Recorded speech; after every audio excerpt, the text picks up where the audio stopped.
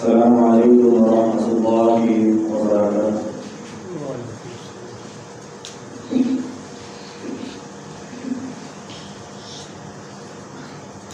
ان الحمد للہ نحمده ونستعینه ونستغفره ونعوذ بالله من شرور انفسنا ومن سيئات اعمالنا، من يهده الله فلا مضل له ومن يضلله فلا هادي له، ونشهد ان لا اله الا الله وحده لا شريك له، اشهد ان محمدا عبده ورسوله۔ اللهم صل على محمد وعلى آل محمد كما صليت على إبراهيم وعلى آل إبراهيم إنك حميد مجيد۔ اللهم بارك على محمد وعلى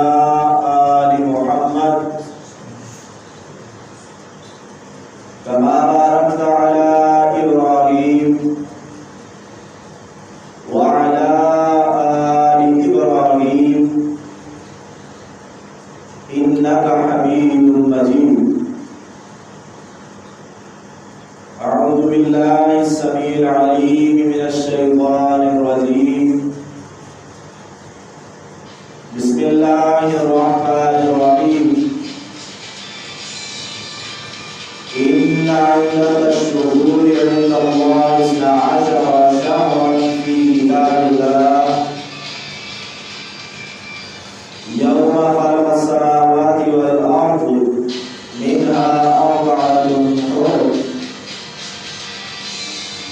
صدق الله العظيم۔ ہر قسم کی حمد و ثنا اللہ وحدہ لا شریک کے لیے، جو ساری کائنات کا حاجت روا، مشکل کشا، اولاد دینے والا، عزت و ذلت کا مالک، نفع اور نقصان کا مالک، بگڑیاں بنانے والا، ڈوبیوں کو اتارنے والا، زمین و آسمان کا مالک،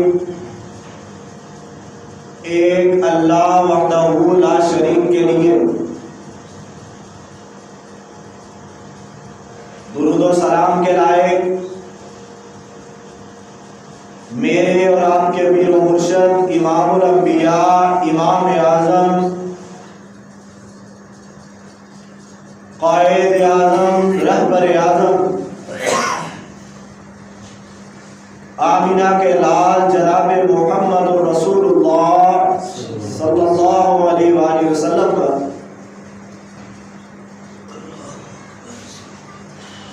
اللہ تعالیٰ نے اس آیت کریمہ میں بیان کیا کہ ایک سال میں 12 مہینے ہیں، اور ان 12 مہینوں میں سے 4 مہینے ایسے ہیں جو حرمت والے مہینے ہیں،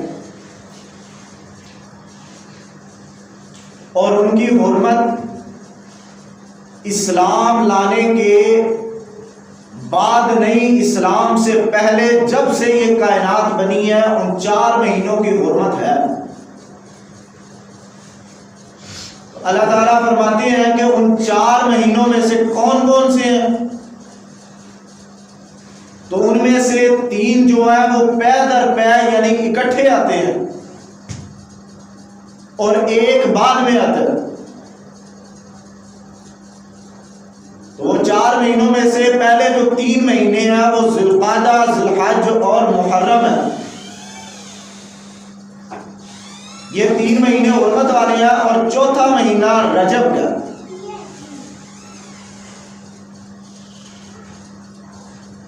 لیکن آج ہمارے اندر جو ایک روایت بن گئی ہے، ایک رواج بن گیا ہے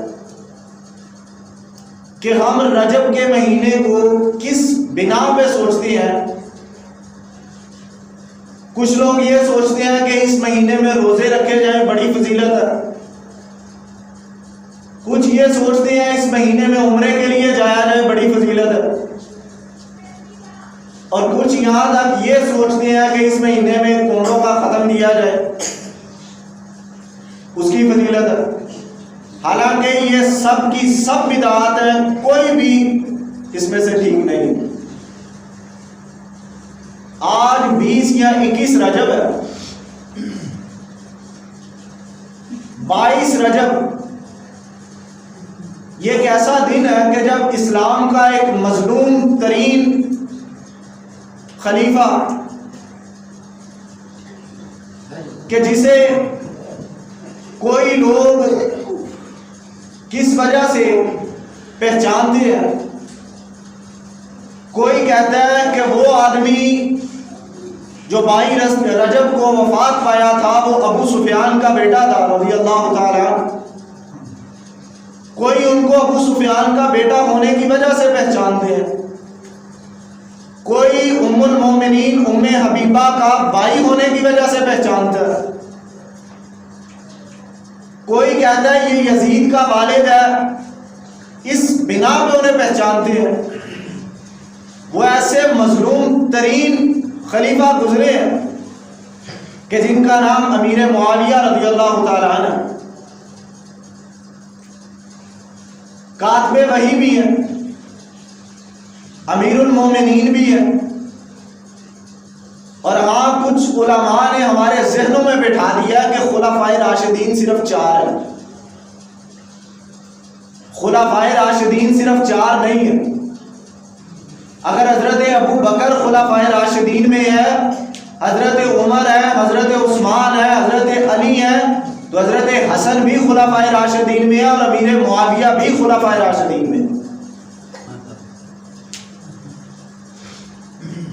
لیکن آج ہمارے مولویوں نے ہمیں شروع سے یہ سکھایا کہ خلفائے راشدین کون ہے؟ کہ صرف 4 ہیں، پہلے 4 ہیں صرف. اور اسی 22 رجب کو حضرت امیر معاویہ اس دنیا سے چلے، وفات پا گئے. اور ایسے حکمران تھے کہ انہوں نے مسلمانوں کے اوپر 19 سال تک حکومت کی، اور ان کے دور حکومت کے اندر 64 لاکھ مربع میل تک مسلمانوں کی حکومت گئی.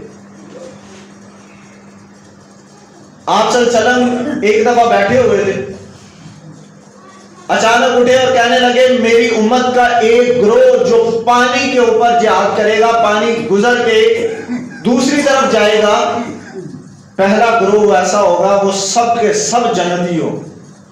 یہ میرے نبی کی بشارت ہے. حضرت ام حرام کہنے لگی کہ اللہ کے نبی صلی اللہ علیہ وسلم میرا دل کرتا ہے کہ میں بھی اس گروہ میں شامل ہوں. تو آپ صلی اللہ علیہ وسلم نے فرمایا ام حرام تو بھی اس گروہ میں شامل ہے. یہ خوشخبری سنا دی کہ وہ سب کے سب جنتی ہیں، سارے جنتی. آج کوئی بدبخت یہ کہہ دے کہ نہیں جی یہ کیا فضیلت ہے، ان کی تو کوئی فضیلت نہیں. اس گروہ کا سپہ سالار امیر معاویہ رضی اللہ تعالیٰ جو اسلام کو ایک بر اعظم سے دوسرے بر اعظم میں لے کے آئے، جو بر صغیر میں اسلام لے کے آئے، وہ امیر معاویہ تھے. سمندر گزار کے، پانی کے اوپر سے گزر کے دوسرے علاقوں میں جا کے اسلام لے کے جانا یہ کوئی آسان کام نہیں ہے. اور آج کوئی اٹھے اور کہہ دے کہ ان کی فضیلت ہی کوئی نہیں، ان کی شان ہی کوئی نہیں. اور آج ہمارے سادہ دل مسلمانوں کو پتہ ہی نہیں ہے کہ یہ 22 رجب کے کنڈے دلاتے کس وجہ سے. کوئی کسی سے پوچھو وہ کوئی قصہ کہانی سنا دیتا ہے.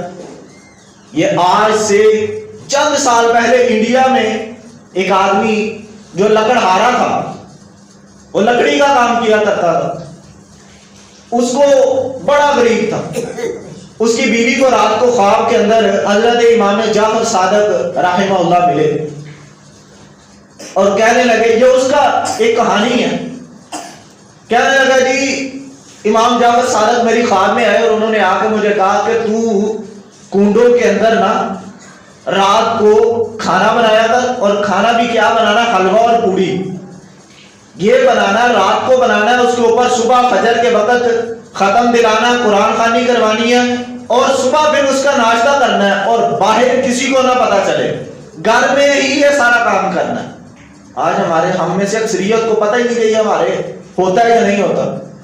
یہ بڑا عام ہے، ہر اکثریت گھروں میں یہ کام ہو رہے ہیں. تو کہا اگر تو یہ کام کرے گا تو میں تیری دنیا میں ہر مشکل پوری کر دوں گا، اور اگر میں تیری مشکل نہ پوری کر سکا تو قیامت والے دن تو میرا گریبان پکڑ لینا. اس عورت نے دلا دیا. جب دلایا تو کیا ہوا، صبح اس کے خامد کو ایک بڑا سونے کا گٹھڑا ملا اور وہ گھر لے آیا اور بڑا امیر ہو گیا. یہ قصہ ہے اس بھائی رجب کے کنڈوں کا. کہتے ہیں کہ امام جعفر صادق کی وجہ سے ہم دلاتے ہیں، حالانکہ امام جعفر صادق نہ بھائی رجب کو اس دنیا میں آئے، نہ ان کی پیدائش ہے، نہ ان کی وفات ہے. حضرت امیر معاویہ کی وفات کی وجہ سے، رافضیوں کے پروپیگنڈے کی وجہ سے انہوں نے ہمارے ذہنوں میں یہ ڈال دیا کہ یہ امیر معاویہ کی وجہ سے نہیں ہم کر رہے، یہ اس وجہ سے خوشی نہیں منا رہے، یہ تو ہم حضرت امام جعفر صادق کے ایصال ثواب کے لیے کر رہے ہیں. اس کا کوئی شریعت کے ساتھ تعلق نہیں. یہ بغض رکھنے کے لیے ہمارے اندر وہ چیز ڈال دی گئی ہے، اور ہمارے مولویوں نے بھی کھانے کے لیے کہہ دیا کوئی بات نہیں، آنے دو، نیت صاف ہے نا، کھانے میں کیا رہ جائے، کہ کھانے میں کیا رہ جائے، اگر کوئی گھر میں دے گیا تو کیا رہ جائے کھانے میں. پھر اگر کوئی بڑے ایمان کا مضبوط ہو وہ کیا کہتا ہے، کوئی بات نہیں، رشتے دار ہے نا، آگے ہیں، لے لو ان سے، لے کے چھت پہ پھینک دو. یہ جو تیرے بچے تجھے دیکھ رہے ہیں، جب یہ دیکھیں گے کہ میرا باپ لیتا تھا، لے کے چھت پہ پھینکتا تھا، وہ یہ سوچیں گے کہ جب یہ چھت پہ پھینک سکتا ہے، لے تو رہا ہے نا، تو پھر کھانے میں کیا رہ جائے، پھر کھا.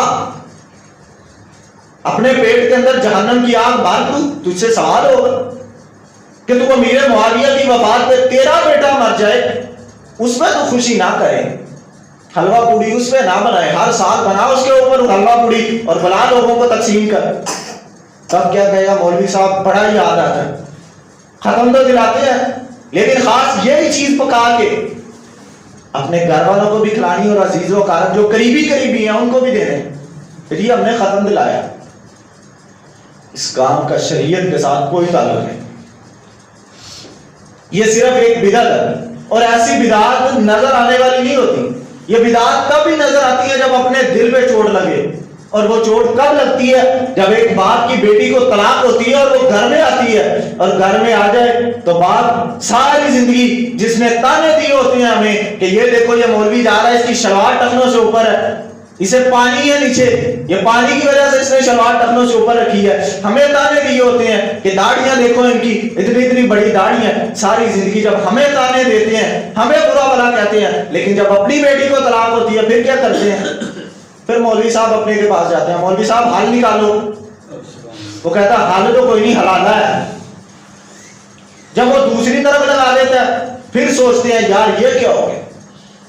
پھر شرمندگی کی عالم میں ہمارے پاس آتے ہیں، جہاں پوری روئے زمین کے اندر، میں تجھے چیلنج کر کے کہتا ہوں، پوری روئے زمین کے اندر ایک چھوٹی مسجد، کچی مسجد سے لے کے بڑی خوبصورت ترین مسجد تک، بڑے عالم سے لے کے چھوٹے عالم تک، کوئی ایک عالم پوری روئے زمین پہ تو ایسا دکھا دے، کوئی ہمارا عالم ہو جو تو مشکل میں آیا، تیری بیٹی کو طلاق ہوئی ہے، تو وہ تجھے کہے کہ یہاں حلالہ ہوگا. نہیں، وہ تیری عزت کا رکھوالی کرے گا، چاہے ہمارے اندر ہزار برائیاں ہوں، ہم برے ہوں گے، بڑے گناہ کرتے ہوں گے، زبان کے اچھے نہیں ہوں گے، لیکن تیری عزت کی رکھوالی کے لیے تجھے سب سے پہلے یہ کہیں گے جا جا کے رجوع کر لے، رجوع کر.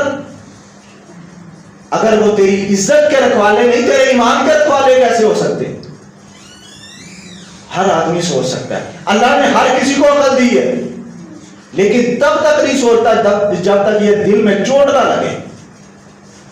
جب تک یہ چوٹ نہ لگے تب تک کسی کو سمجھ نہیں آتی.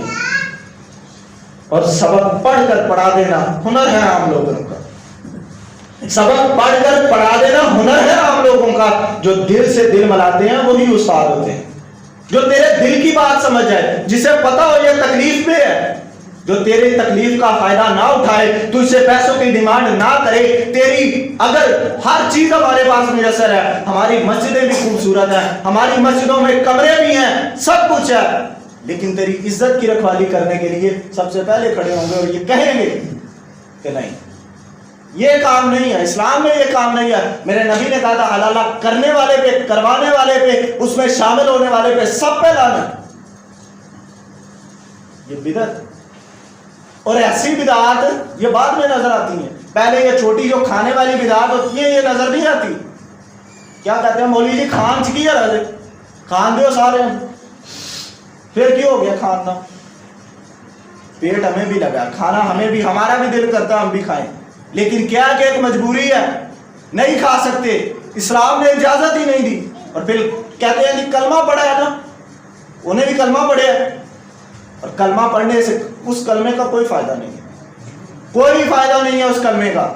آج کا مسلمان اپنے گریبان میں جان کے تو دیکھے اس نے کیا کیا کہ آج کا مسلمان کلمہ بھی پڑھتا ہے, یہ لا الہ الا اللہ بھی پڑھتا ہے, ہر نماز کے بعد اس کے ہو کے نعرے بھی لگتے ہیں, لا الہ الا اللہ بھی پڑھتا ہے, یہ بابا شاہ جمال پتر دے لتا لال کے نعرے بھی لگاتا ہے, لا الہ الا اللہ بھی پڑھتا ہے, میور الدین چشتی میری پار لگا دے کشتی کے نعرے بھی لگاتا ہے, لا الہ الا اللہ بھی پڑھتا ہے, ہاتھ کے اندر حسین کا کڑا بھی پہنتا ہے, لا الہ الا اللہ بھی پڑھتا ہے, گلے کے اندر امام زامن کا تعویذ بھی پہنتا ہے, لا الہ الا اللہ بھی پڑھتا ہے, چوٹی بابے کے نام کی بھی چھوڑتا ہے, لا الہ الا اللہ بھی پڑھتا ہے, بیٹا اللہ دیتا ہے, نام پیرا دیتا رکھ دیتا ہے, یہ لا الہ الا اللہ بھی پڑھتا ہے, مکان کے اوپر کالی ہڈیاں بھی رکھتا ہے, لا الہ الا اللہ بھی پڑھتا ہے, کروڑوں کی گاڑی خرید کر سامنے الٹی جوتی بھی لٹکاتا ہے, لا الہ الا اللہ بھی پڑھتا ہے, یہ دنیا جہان کا شرک اکبر بھی کرتا ہے, لا الہ الا اللہ بھی پڑھتا ہے, یہ کوئی 40واں سب کچھ کرتا ہے, 11ویں کے نام کے دودھ اس کے گھر سے جاتے ہیں. میں کیسے کہوں تجھے لا الہ الا اللہ کی خبر ہے؟ تجھے کوئی خبر نہیں لا الہ الا اللہ کا مطلب کیا ہے.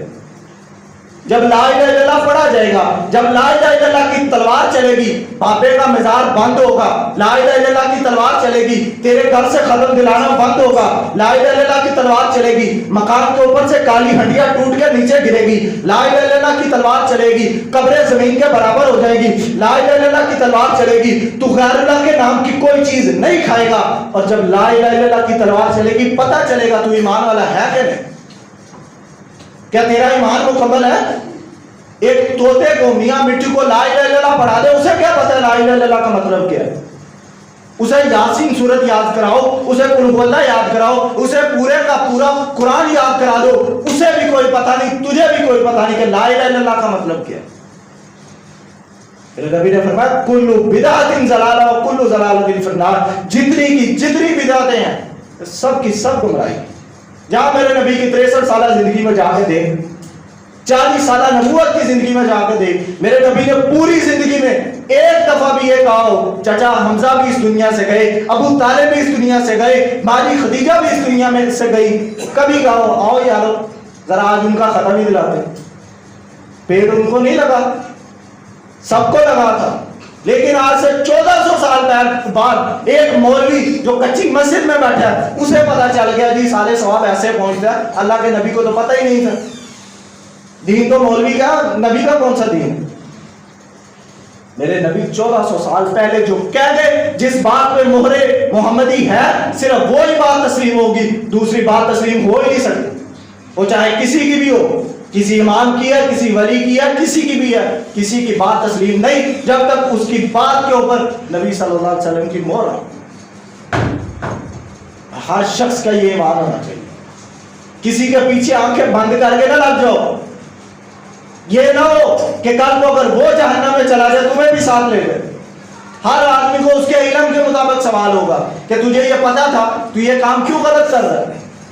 ہر آدمی کو اس کے علم کے مطابق سوال ہوگا, لیکن نہیں, کیونکہ ہمارے علماء نے, ہمارے مولویوں نے ہمیں ذہنوں میں یہ ڈال دیا ہے, ہم نے وہی کام کرنا شروع کر دیا ہے جو آج سے 1400 سال پہلے ابو جہل کرتا تھا, وہ بھی یہی کہتا تھا. اچھا یہ کام آج تم کہتے ہو محمد یہ کام غلط ہے, صلی اللہ علیہ وسلم تم کہتے ہو یہ غلط ہے، میرے باپ دادا غلط تھے، آج ہم بھی یہی کہتے ہیں مولوی صاحب تسی آندے ہو غلط ہے، ساڈا پیو غلط سی، ساڈے سارے وڈے وڈیرے کر دیا ہے، اسی ہن تک سن دیا ہے، ہم سب یہ کہتے ہیں۔ جب پتہ چل جائے، اگر آج پتہ چل گیا کہ یہ کام کا یہ نقصان ہے، اسی وقت سوال ہوگا۔ اگر 1 سیکنڈ کے بعد کوئی آدمی مر جاتا ہے، اس سے پوچھا جائے گا تجھے پتا تھا یہ کام کیوں نہیں کیا تجھے پتا تھا کہ سارے ثواب ایسے ہوتا ہے اور تو نے کیا کیا؟ تو نے نئے کام شروع کر دیے۔ اگر میرے نبی نے 1 رکعت کے اندر 2 سجدے کہے ہیں، تو 4 کرے گا تیری نماز قبول نہیں، چاہے تو نے نیکی کی نیت سے کیا ہو کہ یار 4تھا سجدہ 4 سجدے میں کروں گا، میں نیکی کا کام کرنے لگا ہوں، لیکن تیری نماز قبول نہیں ہوگی جب تک تو جتنی تجھے کہا ہے ادھر ہی رکے، تو ادھر ہی رکے گا، تب تیرا ایمان مکمل ہے۔ قرآن نے کہا الیوم اکملت لکم دینکم واتممت علیکم نعمتی، ہم نے دین مکمل کیا، دین میں اضافہ کوئی نہیں، نہ اضافہ کیا جا سکتا ہے کہ کوئی آدمی کہے نہیں جی اگر نمازیں 5 فرض ہیں ہم 6 پڑھ لیتے ہیں، ثواب ہی کرنا، ثواب ہی لینا، نہیں پڑھی جا سکتی۔ نماز جتنی فرض ہے ظہر کی رکھتے اگر 4 فرض ہے، کوئی عام مولوی جو آگے کھڑا ہوتا ہے میں 6 رکعت پڑھاؤں گا، نہیں، جہاں میرے نبی کی مہر نہیں، اگر وہ 1 سجدہ بھی کیوں نہیں، اگر اس پہ مہر نہیں، وہ سجدہ بھی جہنم کی طرف لے کے جائے گا، جنت کی طرف نہیں لے کے جائے گا، اس سجدے کا بھی کوئی فائدہ نہیں ہوگا، اس سجدے کا بھی نقصان ہوگا۔ اس لیے یہ کنڈے 40 یہ کھانے کا پروپیگنڈا ہے، اور وہ کھانے کا پروپیگنڈا ہم بھی کر سکتے ہیں، ہمیں بھی کوئی چیز ملے ہم بھی کھا سکتے ہیں، لیکن کس وجہ سے نہیں کھاتے؟ کیونکہ نہ اس پہ قرآن کی مہر ہے نہ حدیث کی مہر ہے، اور یہ خود بھی اس سے بچیں، اپنے گھر والوں کو بھی بچائیں، انہیں بھی کہیں کہ اس کام سے بچیں، کیونکہ ایک آدمی اگر مر گیا تو اس کے پیچھے اس کا اہل و عیال جو ہوگا، اس کے بچے جو ہوں گے، وہ اس کے لیے صدقہ جاریہ ہے، مولوی صدقہ جاریہ نہیں ہے۔ جاؤ ایک مولوی کو اکٹھا کرو، میرے سامنے بٹھا دو، اسے کہتے ہیں جی جتنے بچے لے کے آؤ قرآن خوانی کروانی، قرآن خوانی کروانے کے لیے سب کو اکٹھا کرو، بچے آپ میں پڑھیں گے، ان میں سے اکثریت بچوں کو اوپر سے دیکھ کے قرآن پڑھنا بھی نہیں آتا، لیکن وہ سپارہ پڑھ لیتے ہیں، وہ کہتے ہیں جی مولوی صاحب ہو گیا، مکمل ہو گیا، قرآن خوانی ہو گئی، ان کو پتہ ہی نہیں، وضو کا نہیں پتا، غسل کا نہیں پتا، قرآن کا نہیں پتا، لیکن پھر بھی وہ کام کر رہے ہیں، وہ پڑھ رہے ہیں، کیونکہ مولوی کی روزی لگی ہے۔ مولوی اگر سارا قرآن خود بیٹھ کے پڑھے گا تو اس کو تو پورا دن لگ جائے گا قرآن مکمل پڑھتے پڑھتے، اس لیے وہ خود نہیں پڑھ سکتا، خود نہیں وہ کہے گا کہ میں پڑھوں گا، وہ کہے گا یہ بچے بھی میں ساتھ لے کے یہ بھی سپارہ پڑھیں گے۔ یہ سب کی سب بدعات ہے، چاہے وہ اذان سے پہلے صلاۃ ہو یا کوئی بھی ایسی چیز ہو، وہ سب کی سب بدعات ہے۔ اس کا قرآن اور حدیث کوئی ایک آدمی کھڑا ہو کے یہ کہہ سکتا ہے کہ مولوی صاحب یہ بات آپ نے غلط کی ہے، یہ ہم نے حدیث پڑھی ہے، یہ حدیث میں ہے، یہ قرآن میں ہے، کوئی ثابت کر دے، اللہ کی قسم اگلی اذان کے پہلے ہم بھی پڑھنا شروع کر دیں۔ گلا ہی نہیں ہے، صرف ہم سے بات کرو، قرآن حدیث سے بات کرو، اس کے مطابق بات کرو، جو اس کے مطابق دلیل دے گا اس کی بات کو تسلیم کرنے کے لیے ہم تیار ہیں، لیکن جو اس سے باہر جائے گا، جو کہے گا فلاں کی بھی مان لو، فلاں کی بھی مان لو، وہ بات ماننے کے لیے ہم تیار نہیں ہیں۔ اللہ سے دعا ہے اللہ ہمیں اسی پر زندہ رکھے اور اسی پر موت دے۔ وَأَقُولُ قَوْلِي هَذَا وَأَسْتَغْفِرُ اللَّهَ لِي وَلَكُمْ وَلِسَائِرِ الْمُسْلِمِينَ وَاسْتَغْفِرُوهُ إِنَّهُ هُوَ التَّوَّابُ الرَّحِيمُ۔